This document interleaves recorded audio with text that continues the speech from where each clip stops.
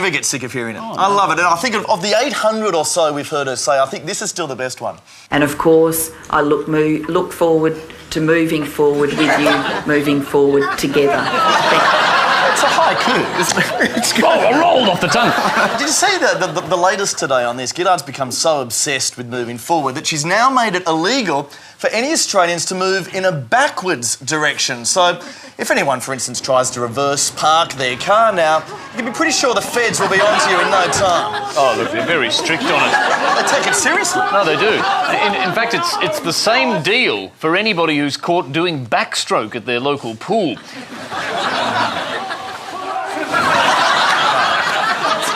Draconian. The experts all agree. Australians affected by mental health deserve a much better deal. But only the Liberal Party truly understands the scope of the crisis. Because only the Liberal Party is surrounded day in, day out by the mentally deranged. From the outright senile and insane to patients prone to irrational outbursts or delusions of grandeur. That's why we've committed $1.5 billion to mental health services, just for our front bench alone. The Liberal Party. We don't just care about mental illness, we invented it. It's been 3 years since I had any work, so thank God the election's finally here. Well, we've talked a lot about Julia Gillard already, but one of the other compelling female figures in the race is the Liberal Party's deputy leader, Julie Bishop. I love Julie Bishop. I mean, of the two women called Bishop in the Liberal Party, she is my favourite. And plus, she's got that wonderful death stare that she does, doesn't she? Oh, yes, here she is. Look at that, giving those eyeballs a good workout. It's amazing, isn't it? She's one of the best starers in the business, Andrew. She's one of the best. And look, in a Yes We Canberra exclusive, we are very lucky to have with us tonight the woman herself. Please give it up, ladies and gentlemen, for Julie Bishop!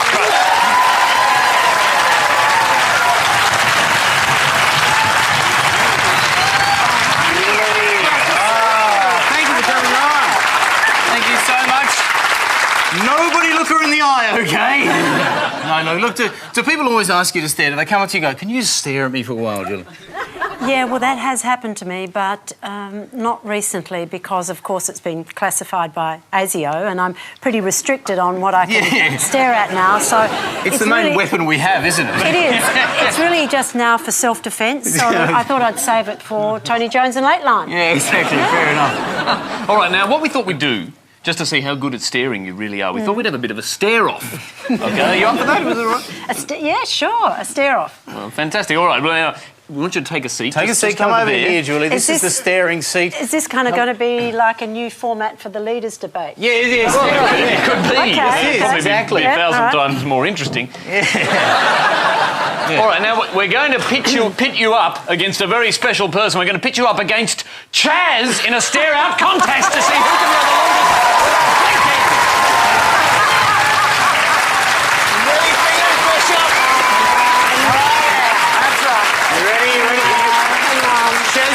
You're the best we have. Are you ready for this? This is it. You sure? Are you serious? This is it. You are about to become the deputy again, Bishop. All right, OK. Still. Enough trash talk. Enough trash talk. Okay. Now, the rules are very simple. The first person to blink is the loser.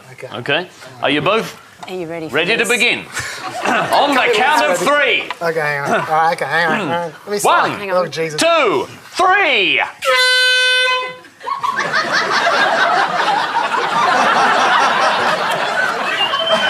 Viewers should not try this at home. She is bloody good. Too powerful.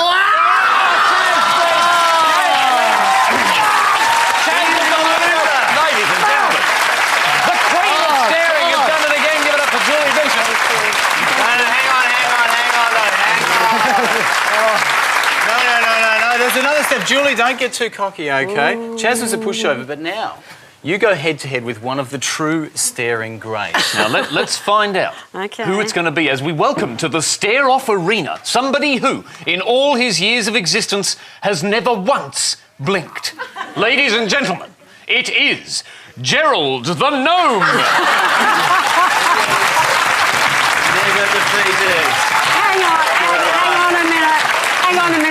what training has he had? I mean, where did he learn to stare? Well, Ireland, I Come on. assume. It's always evident. I'm going to limber up a bit You're a here. big one, Julie. I'm Are ready. you all right with this? It's the ultimate stare-off. Okay, Gerald. don't you... Sorry? Don't start early, Gerald. You're I can see... peaking early there, Gerald. Can you see that? Can you see that? He's just trying to mess with my mind. Well, I'm sorry, Gerald.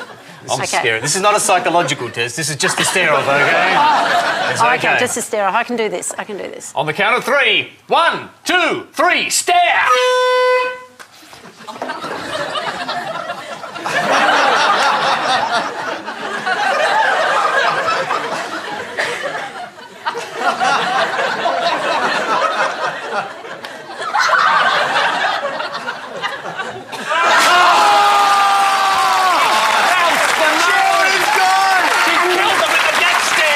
Another one bites the dust.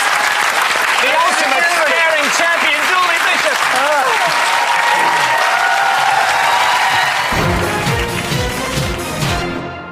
Coming up on Lateline, the new psychiatric disorder that's plaguing Australia. For people to say they're anxious about border security doesn't make them intolerant. It certainly doesn't make them a racist. Border security anxiety. All day, think about it.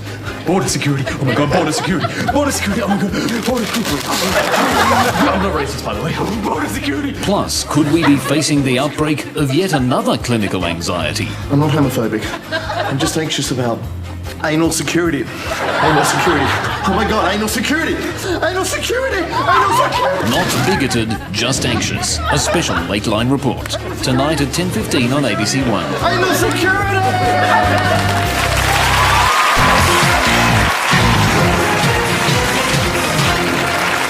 It's time now to take a look at how this election is unfolding online. And this week we thought we'd take a look at how politicians are using Twitter during the campaign. Yeah, a lot of pollies have Twitter accounts these days. It's become a really effective way for them to build a huge following. Like, for instance, Kevin Rudd has almost 1 million followers. Julia Gillard, she's gotten over 30,000 in a month. And then there's the big one. Nationals Senator John Williams is wielding a lot of influence with his 33 followers.